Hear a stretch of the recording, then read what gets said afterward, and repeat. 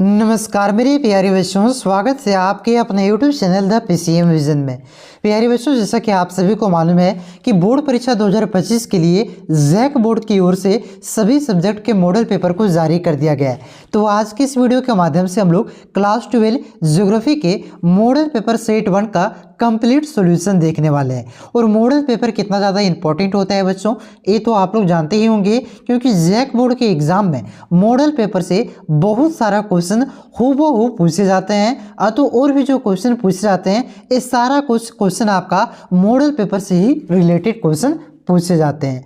तो model paper बहुत ही ज़्यादा इंपॉर्टेंट है। यहाँ से बहुत सारे क्वेश्चन आप सभी के बोर्ड एग्जाम में डायरेक्ट पूछे जाएंगे। तो इससे पहले जो आपका वीडियो अपलोड हुआ है उसमें हम लोगों ने हिस्ट्री के मॉडल पेपर के सोल्यूशन को देख लिया है। अगर आप लोगों ने नहीं देखा है तो नीचे डिस्क्रिप्शन में प्लेलिस्ट का लिंक दिया हुआ है, आप लोग वहाँ से उसे जा करके देख सकते हैं। साथ ही साथ आपका Hindi elective, English core, political science का भी मॉडल पेपर आ गया है, जो आपका एक सेट जारी हुआ था उसमें नहीं था, लेकिन बाद में पॉलिटिकल साइंस का भी मॉडल पेपर जारी कर दिया गया है। ठीक है, तो और भी जितने भी सब्जेक्ट हैं सभी सब्जेक्ट के मॉडल पेपर का सॉल्यूशन आपको करवाया जा रहा है और सारा का प्लेलिस्ट बना हुआ है, नीचे आप लोग जाकर के वहाँ से देख सकते हैं। ठीक है, तो चलिए शुरू करते हैं और ये एक एक करके सारे क्वेश्चन को यहाँ पे हम लोग डिस्कस करते हुए चलते हैं। लेकिन उससे पहले यहाँ पे कुछ सामान्य निर्देश दिया गया है बच्चों, उसको हम लोग यहाँ पे देख लेते हैं। तो जैसा कि आप सभी को मालूम है कि जो जियोग्राफी का एग्जाम होता है, ठीक है, एग्जाम आपका 70 नंबर का होता है और 30 नंबर का आपका प्रैक्टिकल होता है। ठीक है, तो प्रैक्टिकल वाला को तो हम लोग यहाँ पे बात नहीं करते हैं। जो 70 नंबर का आपका एग्जाम होगा उसमें कितना कितना नंबर का क्या पूछा जाएगा वो हम लोग देखते हैं। तो देखिए 70 नंबर का जो आपका एग्जाम होगा ना, उसमें आपका 25 नंबर का सब्जेक्टिव क्वेश्चन और 45 नंबर का 25 नंबर का ऑब्जेक्टिव क्वेश्चन और 45 नंबर का आपका सब्जेक्टिव क्वेश्चन पूछा जाएगा। तो ये आपका ऑब्जेक्टिव मॉडल पेपर है, इसके नीचे आपका सब्जेक्टिव मॉडल पेपर भी दिया गया है। ठीक है, तो एक एक करके सारे हम लोग यहाँ पे देखते हुए चलते हैं। जो ऑब्जेक्टिव क्वेश्चन है ये आपका प्रत्येक क्वेश्चन आपका एक एक नंबर का दिया हुआ है। ठीक है बच्चों, चलिए डिटेल में डिस्कशन करते हुए चलते हैं, ताकि इससे रिलेटेड भी जो प्रश्न पूछे जाते हैं वो भी आपका ना छूटे। ठीक है, तो चलिए शुरू करते हैं। तो देखिए बच्चों, पहला क्वेश्चन यहाँ पे क्या पूछा गया है कि संभववाद की अवधारणा में किस घटक को ज़्यादा महत्वपूर्ण माना गया है। तो देखिए पहले ये आप लोग समझिए कि संभववाद का मतलब क्या होता है। ठीक है, तो देखिए संभववाद वह स्थिति होता है जिसके अंतर्गत जो मानव होता है ना, ये प्रकृति के बारे में जानने लगता है तथा प्रकृति के बलों से परिचित होता है। ठीक है, कि प्रकृति क्या चीज़ है, प्रकृति से हमें खिलवाड़ नहीं करना चाहिए, अगर प्रकृति से हम खिलवाड़ करते हैं तो उसका दुष्परिणाम क्या होगा, उसके बारे में हम लोग यहाँ पे संभववाद में जानते हैं। क्लियर है बच्चों, संभववाद का मतलब क्या होता है ये आप लोग जान लिए। देखिए क्वेश्चन में क्या पूछा है कि जो संभववाद की अवधारणा है इसमें आपका किस घटक को ज़्यादा महत्वपूर्ण माना गया है।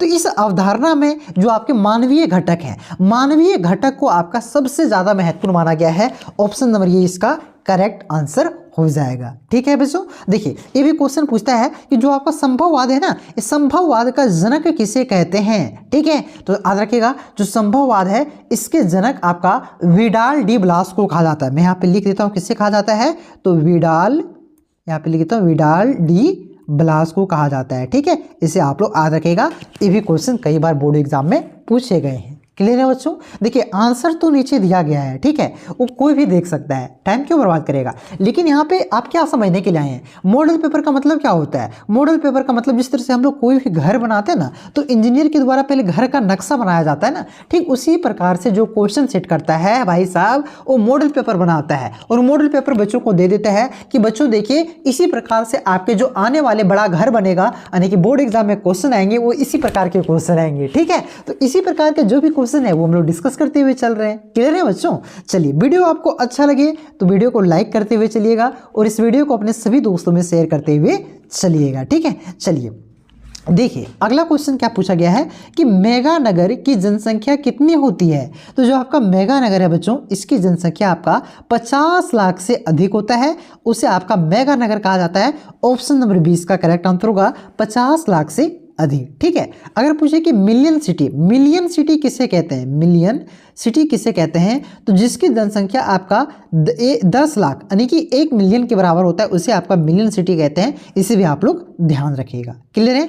उसके बाद देखिए अगला क्वेश्चन क्या दिया गया है कि विश्व में सर्वाधिक जनसंख्या केंद्रित है, यानी कि विश्व की जो सर्वाधिक जनसंख्या है बच्चों ये कहाँ पे निवास करती है, कहाँ पे रहती है। ठीक है, तो देखिए पहला ऑप्शन है पर्वतीय क्षेत्र। क्या पर्वत में ज़्यादा जनसंख्या रहेगा भैया? नहीं रहेगा, क्योंकि पर्वतीय क्षेत्र में कृषि करना कठिन है। वहाँ पे आपका देखिएगा पहाड़ी में एक कुआं खोदिएगा तो जल्दी पानी नहीं मिलेगा, तो वहाँ बहुत सारी समस्याओं का सामना करना पड़ता है। तो ये पर्वतीय क्षेत्र में अधिक जनसंख्या नहीं रहता है, तो ये ऑप्शन गलत हो गया। दूसरा ऑप्शन आपका मैदानों में। हाँ जी, मैदानों क्षेत्र में भी क्या होती है, सबसे ज़्यादा जनसंख्या निवास करती है, क्योंकि मैदानी क्षेत्र में आपका फसल का उत्पादन बहुत ही अच्छे ढंग से हो जाता है। साथ ही साथ यहाँ पे आप लोग देखिएगा पानी की उपलब्धता अच्छी तरह से होती है, यहाँ पे आपका रोजगार के साधन उपलब्ध होते हैं। तो मैदानी क्षेत्र जो कि आपका बिहार, उत्तर प्रदेश हो गया, ठीक है, इसमें आपका देखिए काफ़ी जनसंख्या निवास करती है। भारत में सबसे ज़्यादा जनसंख्या कहाँ पे है? आपका उत्तर प्रदेश में, फिर आपका महाराष्ट्र है, बिहार है। ठीक है, तो यहाँ ये सब क्या है, मैदानी क्षेत्र। तो विश्व की जो अधिकतर जनसंख्या होती है ना वो कहाँ पे निवास करती है? मैदानी क्षेत्र में निवास करती है। ऑप्शन नंबर 20 का करेक्ट आंसर होगा, यानी कि मैदानी क्षेत्रों में, मैदानों में केंद्रित है। ठीक है, बाकी बात मरुस्थल रेगिस्तान में रहेगा क्या भाई? पानी का नसीब नहीं होगा, यहाँ कहाँ रहेगा? तो ये भी नहीं होगा, पठार में भी नहीं रहता है। ठीक है, अधिकतर कहाँ पे रहता है? तो मैदानों में। क्लियर है बच्चों? अच्छा लग रहा है तो वीडियो को लाइक करें। चलिए अगला क्वेश्चन देखिए आपका क्या है कि भारतीय जनगणना इतिहास में किस वर्ष को ग्रेट डिवाइड की संज्ञा दी गई है? देखिए ग्रेट डिवाइड का मतलब क्या होता है? ठीक है, मतलब ऐसे वर्ष जहाँ पे क्या होती है, पूरा बट गया था एक तरह से, यानी कि जो जनसंख्या थी हमारी ये ऋणात्मक वृद्धि दर हो गया था। देखिए 2011 में जनगणना हुआ था, ठीक है, 2011 में, फिर आपका 2025 में होगा, जुलाई 25 में होगा, आज ही नोटिफिकेशन आया हुआ है। तो जो आपका ये जनसंख्या हो रही है तो 2011 से 25 तक बढ़ा होगा जी, 2001 से 2011 में हुआ तो बढ़ा हुआ था। लेकिन जो 1911 के बाद जो आपका 1921 में हुआ तो इसमें क्या हुआ था, यहाँ पे जनसंख्या में बढ़ने की वजह जनसंख्या कम हो गई थी। हाँ जी, जनसंख्या कम हो गया था। ठीक है, तो इसी वर्ष को 1921 के वर्ष को ग्रेट डिवाइड की संज्ञा दिया गया। क्यों दिया गया? क्योंकि जो जनसंख्या वृद्धि है ये सकारात्मक यानी कि पॉजिटिव में ना जाकर के घट गया था, ऋणात्मक में चला गया था। ठीक है, तो इस क्वेश्चन का जो करेक्ट आंसर होगा क्या हो जाएगा? ऑप्शन नंबर डी हो जाएगा, 1921। उसके बाद देखिए अगला क्वेश्चन आपका क्या दिया गया है कि मानव विकास की अवधारणा निम्नलिखित में से किस विद्वान की देन है? तो देखिए जो मानव विकास की अवधारणा है बच्चों ये सबसे पहले आपका डॉक्टर महबूब उल हक, कौन? डॉक्टर महबूब उल हक ने दिया था। ऑप्शन नंबर डी इसका करेक्ट आंसर होगा, और इसके लिए इसे नोबेल पुरस्कार भी दिया गया था। साथ ही साथ जो आपका डॉक्टर महबूब उल हक है बच्चों ये कहाँ के रहने वाले हैं? तो याद रखिएगा ये नल्ला पाकिस्तान का रहने वाला है। हाँ, हम लोग का पड़ोसी। ठीक है, पड़ोसी से तो खाली आतंकवादी ही निकलता है, लेकिन इससे थोड़ा बेहतर अर्थशास्त्री निकल गया है जी, महबूब उल हक। शायद इसके डीएनए में आतंकवादी वाला नहीं होगा इस वजह से, चलिए उस अलग बात है। तो याद रखिएगा किसने दिया था? डॉक्टर महबूब उल हक ने दिया था। ऑप्शन नंबर 20 का करेक्ट आंसर होगा। और ये जो मानव विकास की अवधारणा है बच्चों ये कब दिया गया था? इसे भी आप लोग याद रखें, महबूब उल हक ने कब दिया था? तो 1990 में दिया था। ठीक है, और ये मानव विकास जो होती है कि जो रिपोर्ट होती है ये कौन जारी करती है मानव विकास का रिपोर्ट? तो यूएनडीपी यानी कि यूनाइटेड नेशन डेवलपमेंट प्रोग्राम, इनके द्वारा आपका मानव विकास का रिपोर्ट जारी किया जाता है। क्लियर है? सारा कुछ डिटेल में पढ़ते हुए चलिए आगे देखिए। अगला क्वेश्चन क्या पूछा है कि निम्नलिखित में से किस कृषि प्रकार का विकास यूरोपीय औपनिवेशिक समूह द्वारा किया गया? तो कौन से कृषि प्रकार का विकास? तो ये आपका जो रोपन कृषि देखते हैं ना, ये रोपन कृषि का विकास आपका जो यूरोपीय औपनिवेशिक समूह थे, जैसे पुर्तगाली हो गया, फ्रांसीसी हो गया, ब्रिटिश हो गया, इन लोगों के द्वारा रोपन कृषि का विकास किया गया है। ऑप्शन नंबर डी इसका करेक्ट आंसर होगा। रोपन कृषि का मतलब क्या होता है बच्चों? तो एक बड़े क्षेत्र में एक ही तरह के फसल का जो उत्पादन किया जाता है ना उसी को क्या कहते हैं? रोपन कृषि कहते हैं। और रोपन कृषि के अंतर्गत कौन कौन से फसल आते हैं? जैसे आपका कॉफ़ी का उत्पादन हो गया, रबर का उत्पादन हो गया, ठीक है, चाय का उत्पादन हो गया, ठीक है, जूट का उत्पादन हो गया। ये सब आपका किसके अंतर्गत आता है? रोपन कृषि के अंतर्गत आता है। तंबाकू का उत्पादन हो गया, ठीक है, तो ये सब रोपन कृषि के अंतर्गत आता है। और ये आपका औपनिवेशिक शासन के समूह द्वारा लाया गया था भारत में, उसी के द्वारा विकसित किया गया है। ठीक है, चलिए अगला क्वेश्चन देखिए क्या है कि हॉर्टिकल्चर किसके उत्पादन से संबंधित है, यानी कि किसके उत्पादन को हॉर्टिकल्चर कहा जाता है? तो ये आपका फल और सब्जी के उत्पादन को आपका हॉर्टिकल्चर कहा जाता है। ऑप्शन नंबर डी इसका करेक्ट आंसर हो जाएगा। और याद रखिएगा बच्चों जो आपका फूल है, फूल के उत्पादन को क्या कहते हैं? तो इसको आपका फ्लोरिकल्चर कहते हैं। क्या कहते हैं? फ्लोरिकल्चर कहते हैं। इसे भी आप लोग ध्यान रखिएगा। ठीक है, क्लियर है? उसके बाद देखिए अगला क्वेश्चन क्या है कि निम्न में से कौन सा रोपण कृषि नहीं है। अभी मैंने आपको बताया कि रोपण कृषि क्या होता है, तो एक बड़े क्षेत्र में एक ही प्रकार की फसल का उत्पादन किया जाता है। एग्जाम्पल भी दिया, जिससे रोपण कृषि में क्या आ जाता है, कॉफी आ जाता है, आपका गन्ना आ जाता है, रबड़ आ जाता है। ठीक है, ये तीनों आपका रोपण कृषि का प्रकार है, रोपण कृषि के अंतर्गत आते हैं। आपका गेहूं आपका एक खाद्यान्न फसल है, ये रोपण कृषि के अंतर्गत नहीं आता है। तो यहाँ पूछा था नहीं, कौन कृषि रोपण कृषि नहीं है। ठीक है, तो ऑप्शन नंबर सी इसका करेक्ट आंसर हो जाएगा गेहूं। उसके बाद देखिए अगला क्वेश्चन क्या है कि निम्न में से कौन सी एक अर्थव्यवस्था में उत्पादन का स्वामित्व व्यक्तिगत होता है, यानी कि किस प्रकार की अर्थव्यवस्था में आपका जो उत्पादन करते हैं इसका मालिक आपका एक व्यक्ति होता है। ठीक है, तो इसी कौन सी अर्थव्यवस्था में होती है, तो पूंजीवादी अर्थव्यवस्था में होता है, यानी कि कैपिटलिस्ट में होता है। ऑप्शन नंबर ये इसका करेक्ट आंसर होगा। देखिए यहाँ पे थोड़ी सी आप लोग अच्छे से समझ लीजिए, इससे क्वेश्चन आते हैं कि जो आपकी अर्थव्यवस्था है बच्चों, इसे कितने भागों में बांटा गया है अर्थव्यवस्था को, तो इसे 3 भागों में बांटा गया है। पहला तो हो गया आपका पूंजीवादी, दूसरा हो गया आपका ये समाजवादी अर्थव्यवस्था, और तीसरा हो गया मिश्रित अर्थव्यवस्था। एक एक करके समझ लीजिए। तो पूंजीवादी अर्थव्यवस्था किसको कहते हैं, ऐसी अर्थव्यवस्था जिसमें जो उत्पादन का स्वामित्व होता है, मालिक होता है, कोई व्यक्तिगत होता है, कोई व्यक्ति होता है, ये निजी हाथों में होता है। ठीक है, और वही हो गया आपका समाजवादी। समाजवादी किसे कहते हैं, तो जो पूंजी ये जो आपकी अर्थव्यवस्था जिसमें उत्पादन का जो स्वामित्व होता है ना, ये आपका सरकार के पास होता है। स से समाजवादी, स से आपका सरकार के पास होता है, उसे आपका समाजवादी तो समाजवाद अर्थव्यवस्था कहते हैं। ठीक है, अब हो गया मिश्रित। मिश्रित का मतलब नहीं जानते क्या होता है, मिलाना, यानी कि ऐसी अर्थव्यवस्था जिसमें पूंजीवादी की भी भागीदारी हो और आपकी समाजवादी की भी भागीदारी हो, उसे क्या कहेंगे भैया, उसे कहेंगे मिश्रित अर्थव्यवस्था। ठीक है, पूंजीवादी जिसमें आपका स्वामित्व व्यक्तिगत हो, समाजवादी जिसमें स्वामित्व सरकार के हाथों में हो, मिश्रित जिसमें आपका दोनों प्रकार की अर्थव्यवस्था पाई जाती हो, पूंजी और समाजवादी दोनों। क्लियर है बच्चों, तो याद रखिएगा व्यक्तिगत वाला क्या हो जाएगा, आपका हो जाएगा पूंजीवादी। क्लियर है, समझ में आ गया होगा। चलिए आगे देखिए, अगला क्वेश्चन क्या है कि जापान का डेट्रॉइट किससे कहा जाता है। तो देखिए जापान का डेट्रॉइट जो है बच्चों, ये आपका नगोया को कहा जाता है। किससे कहा जाता है, नगोया को कहा जाता है। ठीक है, और देखिए ये जो आपका डेट्रॉइट है ना, ये आपका किस देश में है। ठीक है, ये कौन से देश में डेट्रॉइट, डेट्रॉइट का मतलब क्या हुआ, तो डेट्रॉइट देखिए, डेट्रॉइट जो है आपका एक शहर का नाम है। ठीक है, जो कि आपका ऑटोमोबाइल इंडस्ट्री के लिए फेमस है, यानी कि कार के उत्पादन के लिए, गाड़ी उत्पादन के लिए, इसके लिए फेमस है। ठीक है, जो कि कहाँ पे है, अमेरिका का एक जगह है। ठीक है, तो जापान में भी नगोया एक जगह है जहां जो कि आपका कार उत्पादन के लिए प्रसिद्ध है। इस वजह से जापान का डेट्रॉइट नगोया को कहा जाता है। एक्चुअल में डेट्रॉइट कहाँ पे है, तो याद रखिएगा कहाँ पे है, अमेरिका में है। ठीक है, ये दोनों क्या है, जब ये डेट्रॉइट जो है आपका अमेरिका में है और ये आपका ऑटोमोबाइल इंडस्ट्री के लिए फेमस है। ठीक उसी प्रकार से जापान का नगोया भी आपका कार उत्पादन के प्रसिद्ध है, यानी कि ऑटोमोबाइल इंडस्ट्री के लिए प्रसिद्ध है। इस वजह से जापान का डेट्रॉइट नगोया को कहा जाता है। क्लियर है। उसके बाद देखिए अगला क्वेश्चन आपका क्या है कि नई औद्योगिक नीति की घोषणा कब की गई। तो जो आपका नई औद्योगिक नीति है बच्चों, इसकी घोषणा आपका 1991 में किया गया था। 1991 में नई औद्योगिक नीति की जो घोषणा की गई थी, जिसे हम लोग शॉर्ट में LPG, L का मतलब हुआ लिबरलाइजेशन, P का मतलब हुआ प्राइवेटाइजेशन और G का मतलब हुआ ग्लोबलाइजेशन। ठीक है, तो ये जो आपकी है LPG, ये किसके द्वारा लाया गया था, तो ये जो अभी हाल फिलहाल जो हमारे पूर्व प्रधानमंत्री हैं डॉक्टर मनमोहन सिंह, इसकी मृत्यु भी हो गई है। ठीक है, तो उसी के द्वारा उस समय 1991 में ये भारत के वित्त मंत्री हुआ करते थे। वित्त मंत्री जो डॉक्टर मनमोहन सिंह थे, उसी का देन था आपका LPG, यानी कि नई औद्योगिक नीति की घोषणा उसी के द्वारा किया गया था। ठीक है, चलिए क्लियर है बच्चों, तो 1991 में की गई थी। ध्यान रखिएगा, यही क्वेश्चन को घुमा करके पूछ सकता है कि LPG कब लाया गया था, तो याद रखिएगा 1991 में डॉक्टर मनमोहन सिंह उस समय वित्त मंत्री थे।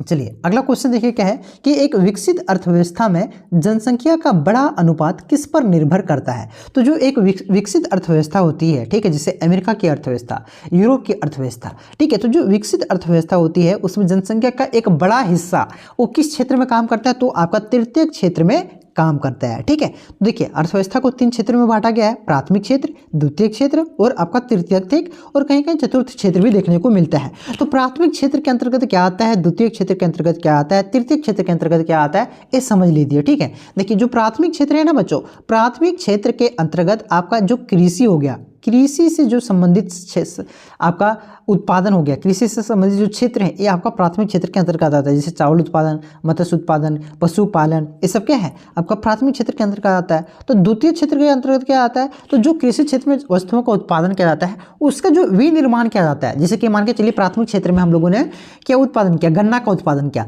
तो गन्ना से हम लोग क्या बनाएंगे, चीनी बनाएंगे, गुड़ बनाएंगे। तो चीनी या तो जो गुड़ बनता है, विनिर्माण की जो प्रक्रिया होती है ये आपका द्वितीय क्षेत्र के अंतर्गत आता है। क्लियर है। अब ये जो द्वितीय क्षेत्र के अंतर्गत जो भी वस्तु हमें बनाए, जैसे चीनी बनाए, तो अब चीनी को हम लोग दुकान में बेचेंगे ना जी, तो दुकान में जो बेचा जा रहा है वो आपका तृतीय क्षेत्र हो जाएगा। ठीक है, मतलब इसमें सिर्फ आपका क्या होता है, सेवा क्षेत्र आता है। ठीक है, जैसे बस कंडक्टरी को कर रहा है, बैंक हो गया, बैंकिंग हो गया, ये सब आपका तृतीय क्षेत्र के अंतर्गत आता है। तो जो विकसित अर्थव्यवस्था होती है उसमें अधिकतर बड़ा मतलब जनसंख्या का बड़ा हिस्सा, तो अधिकतर हिस्सा आपका क्या होता है, तृतीय क्षेत्र में निर्भर रहता है। तो इस क्वेश्चन का करेक्ट आंसर होगा ऑप्शन नंबर सी। क्लियर है बच्चों। उसके बाद देखिए अगला क्वेश्चन क्या है कि किल नहर कहाँ स्थित है। तो जो आपका किल नहर है बच्चों ये आपका जर्मनी में स्थित है। ऑप्शन नंबर 20 का करेक्ट आंसर होगा। नेक्स्ट क्वेश्चन क्या है देखिए कि जल किस प्रकार का संसाधन है। तो जल आपका एक चक्रीय संसाधन है। चक्रीय संसाधन का मतलब क्या हुआ कि देखिए मान के चलिए यहाँ पे आसमान से पानी पड़ा, ये पानी क्या होगा, अब जमीन में रिस्क चला जाएगा, तो क्या होगा, नदी में चला जाएगा, नदी से क्या होगा, ये पानी समुद्र में चला जाएगा, अब समुद्र से फिर क्या होगा, ये वाष्प बन करके फिर आसमान में चला जाएगा, बादल बनेगा, फिर पानी गिरेगा, फिर नदी में जाएगा, गिरेगा जमीन से, फिर नदी में जाएगा। तो ये एक चक्र की तरह चलते रहता है। इस वजह से जल को क्या कहते हैं, चक्रीय संसाधन कहा जाता है, तो नवीकरणीय संसाधन भी कहते हैं। क्लियर है। तो इसका करेक्ट आंसर होगा क्या हो जाएगा, ऑप्शन नंबर बी, चक्रीय संसाधन। अगला क्वेश्चन देखिए क्या दिया गया है कि आर्द्र कृषि में कितनी वार्षिक वर्षा होती है। तो जो आपका आर्द्र कृषि है बच्चों इसमें आपका 75 सेंटीमीटर से अधिक, कितने 75 सेंटीमीटर से अधिक वर्षा होती है। देखा जाए तो 150 सेंटीमीटर से अधिक होना चाहिए। ठीक है, तो ऑप्शन नंबर सी इसका करेक्ट आंसर होगा 75 सेंटीमीटर से अधिक। अगर पूछे कि शुष्क, क्या शुष्क कृषि क्षेत्र में कितनी वर्षा, कम से कम कितनी वर्षा की आवश्यकता होती है, तो 75 सेंटीमीटर से कम, क्या 75 सेंटीमीटर से कम वर्षा हो रही है तो उसे क्या कहते हैं, शुष्क कृषि कहते हैं। ठीक है, चलिए अगला क्वेश्चन देखिए आपका क्या पूछा है बच्चों कि अंकलेश्वर खनिज तेल क्षेत्र कहाँ स्थित है। तो जो आपका अंकलेश्वर खनिज तेल क्षेत्र है बच्चों ये कहाँ पे स्थित है, तो ये आपका गुजरात में स्थित है। ऑप्शन नंबर ये इसका करेक्ट आंसर हो जाएगा गुजरात। ठीक है, उसके बाद देखिए अगला क्वेश्चन आपका क्या दिया गया है कि विश्व का सबसे व्यस्तम समुद्री मार्ग कौन सा है, यानी कि विश्व का सबसे व्यस्तम समुद्री मार्ग कौन सा है, सबसे बिजी समुद्री मार्ग कौन सा है। तो जो आपका उत्तरी अटलांटिक महासागर ये मार्ग है बच्चों, ये आपका विश्व का सबसे बिजी समुद्री मार्ग है। ऑप्शन नंबर ये इसका करेक्ट आंसर होगा। अगला क्वेश्चन देखिए आपका क्या पूछा है कि WTO का मुख्यालय कहाँ है। पहले ये बताइए कि WTO का फुल फॉर्म क्या होता है। तो WTO का फुल फॉर्म होता है वर्ल्ड, WORLD, वर्ल्ड ट्रेड, ठीक है, ऑर्गेनाइजेशन। क्या होता है इसका मतलब, वर्ल्ड ट्रेड ऑर्गेनाइजेशन यानी कि विश्व व्यापार संगठन। तो इसका जो मुख्यालय है ये कहाँ पे है, तो इसका मुख्यालय आपका जेनेवा में है। ऑप्शन नंबर ये इसका करेक्ट आंसर होगा। और ये जो आपका WTO है बच्चों यानी कि वर्ल्ड ट्रेड ऑर्गेनाइजेशन है, इसकी स्थापना कब हुआ था, तो इसकी स्थापना आपका 1 जनवरी 1995, कब 1 जनवरी 1995 को इसकी स्थापना हुआ था। इसे भी आप लोग याद रखिएगा। ठीक है, उसके बाद देखिए अगला क्वेश्चन क्या है कि कोची पतन कहाँ अवस्थित है। पतन का मतलब क्या होता है, पतन का विनाश मतलब विनाश मत समझ लीजिएगा, पतन का मतलब हुआ पोर्ट। ठीक है, पोर्ट का मतलब बंदरगाह, बंदरगाह का मतलब बोलिएगा कहाँ सर, तो बोलिएगा सर जिस तरह से बस का स्टैंड होता है, रेलवे का स्टेशन होता है ना, उसी प्रकार से पानी जहाज का भी स्टेशन होता है सर, जहाँ पे माल की खाली होती है तो लोग खाली उतरते चढ़ते हैं। ठीक है, तो जो कोची पतन है बच्चों ये कहाँ पे है, तो याद रखिएगा केरल में है। कहाँ पे, केरल में। ठीक है, ऑप्शन नंबर सी इसका करेक्ट आंसर होगा।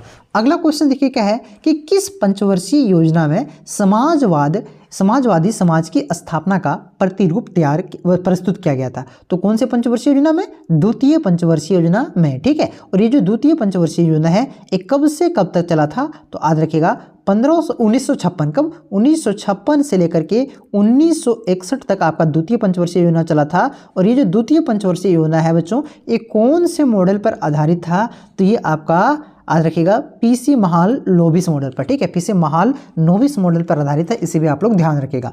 अगला क्वेश्चन क्या है कि निम्नलिखित में से कौन सा भू उपयोग संवर्ग नहीं है। ठीक है, तो ये जो आपका सीमांत भूमि है यानी कि मार्जिनल लैंड है ये आपका क्या है बच्चों, भू उपयोग संवर्ग नहीं है। ऑप्शन नंबर 20 का करेक्ट आंसर होगा। अगला क्वेश्चन देखिए क्या है कि जल संसाधनों का संरक्षण क्यों जरूरी है। तो देखिए जल संसाधन यानी कि जो जल है उसका संरक्षण क्यों जरूरी है। तो पहला ऑप्शन है जल की अनुपलब्धता से बचने के लिए, यानी कि जो अनएबिलिटी यानी कि जल जो हमारा खत्म हो रहा है उससे बचने के लिए, साथ ही साथ आपका नियंत्रण बढ़ती मांग से जल का मांग बढ़ रहा है इस वजह से, और आपका स्थानीय और ऋतुवत में असमानता के कारण, यानी कि जो आपका ऋतुवत मतलब कर सकते हैं जो मौसम, देखिए क्या होता है अभी पानी कम पड़ने लगा, गर्मी के दिन में ठंडा गर्मी बढ़ रहा है तो पूरा गर्मी हो जा रहा है, ठंडा है उतना आ नहीं रहा है, तो जो ऋतुवत में असमानता देखने को मिल रही है इस वजह से जल संसाधन के संरक्षण जरूरी है, यानी कि ये तीनों कारण है। ठीक है, तो इस क्वेश्चन का करेक्ट आंसर हो जाएगा आपका ऑप्शन नंबर डी हो जाएगा इनमें से सभी। अगला क्वेश्चन देखिए क्या है कि हजीरा विजयपुर जगदीशपुर गैस पाइपलाइन किस राज्य से होकर नहीं गुजरती है। ठीक है, तो कौन से राज्य से नहीं गुजरती है, तो ये आपका महाराष्ट्र से होकर नहीं गुजरता है, ऑप्शन नंबर ये इसका करेक्ट आंसर हो जाएगा। देखिए बच्चों ये जो गैस पाइपलाइन है हजीरा विजयपुर जगदीशपुर गैस पाइपलाइन, ये आपका कौन से राज्य से लेकर के कौन से राज्य तक जाता है इसे भी आप लोग याद रखिएगा। तो ये जो पाइपलाइन है ना बच्चों, ये आपका जाता है, याद रख सकते हैं आप, ये जाता है आपका यूपी से लेकर के एमपी तक। कहाँ से कहाँ तक, यूपी से लेकर के एमपी तक आपका ये पाइपलाइन जाता है। और ये कितने राज्यों से होकर के गुजरता है, तो इसे भी आप लोग याद रखिएगा, ये आपका गुजरात से गुजरता है। ठीक है, गुजरात, साथ ही साथ मध्य प्रदेश हो गया आपका, ठीक है, आपका राजस्थान हो गया बच्चों, ठीक है, साथ ही साथ आपका हरियाणा हो गया, फिर आपका यूपी हो गया। ठीक है, यानी कि टोटल आपका 5 राज्यों से होकर के गुजरता है, गुजरात, मध्य प्रदेश, राजस्थान, हरियाणा और आपका यूपी से होकर के। ठीक है, और ये आपका भारत का पहला अंतरराज्यीय यानी कि एक राज्य से दूसरे राज्य जाने वाली ये गैस पाइपलाइन था, इसे भी आप लोग याद रखिएगा। डायरेक्ट क्वेश्चन पूछेगा कि भारत का पहला अंतरराज्यीय गैस पाइपलाइन कौन सा था, तो याद रखना हजीरा विजयपुर जगदीशपुर गैस पाइपलाइन। ठीक है, ध्यान रखिएगा। और ये कितने राज्य से, 5 राज्य से गुजरता है, गुजरात, उत्तर प्रदेश, मध्य प्रदेश, आपका राजस्थान और हरियाणा। ठीक है, महाराष्ट्र से नहीं गुजरता है, तो ऑप्शन नंबर ये इसका करेक्ट आंसर हो जाएगा, महाराष्ट्र से नहीं गुजरता है। ठीक है, चलिए अगला क्वेश्चन क्या है कि किस औद्योगिक नीति में उदारीकरण, निजीकरण, वैश्वीकरण को बढ़ावा दिया गया। तो कौन सी औद्योगिक नीति में, 1991, इसी को कहते हैं एलपीजी। ठीक है, देखिए यहाँ पे इंग्लिश में लिखा हुआ है एलपीजी, अभी कुछ देर पहले मैंने आपको बताया एलपीजी। ठीक है, लिबरलाइजेशन, यहाँ पे देखिए लिखा गया, फिर से लिख देते हैं एलपीजी, मिट गया। देखिए लिबरलाइजेशन, प्राइवेटाइजेशन, ग्लोबलाइजेशन। ठीक है, तो इसको किस में बढ़ावा दिया गया था, 1991 के। ठीक है, 1991 में। अगला क्वेश्चन देखिए क्या है कि द लिमिट टू ग्रोथ के लेखक कौन है। तो ये जो पुस्तक है बच्चों द लिमिट टू ग्रोथ, कि इसके लेखक कौन है, तो इसके लेखक है आपका मेडोज। कौन है, मेडोज है, ऑप्शन नंबर 20 का करेक्ट आंसर हो जाएगा। तो यहाँ पे मैंने आपको जो 25 ऑब्जेक्टिव क्वेश्चन था इसका आंसर आपको बताया डिटेल एक्सप्लेनेशन के साथ। अब जो यहाँ पे आपका सब्जेक्टिव क्वेश्चन है बच्चों, ठीक है, ये सब्जेक्टिव क्वेश्चन, इस सारा क्वेश्चन मैं आपको यहाँ पे अभी कुछ देर के बाद अपलोड कर दूंगा।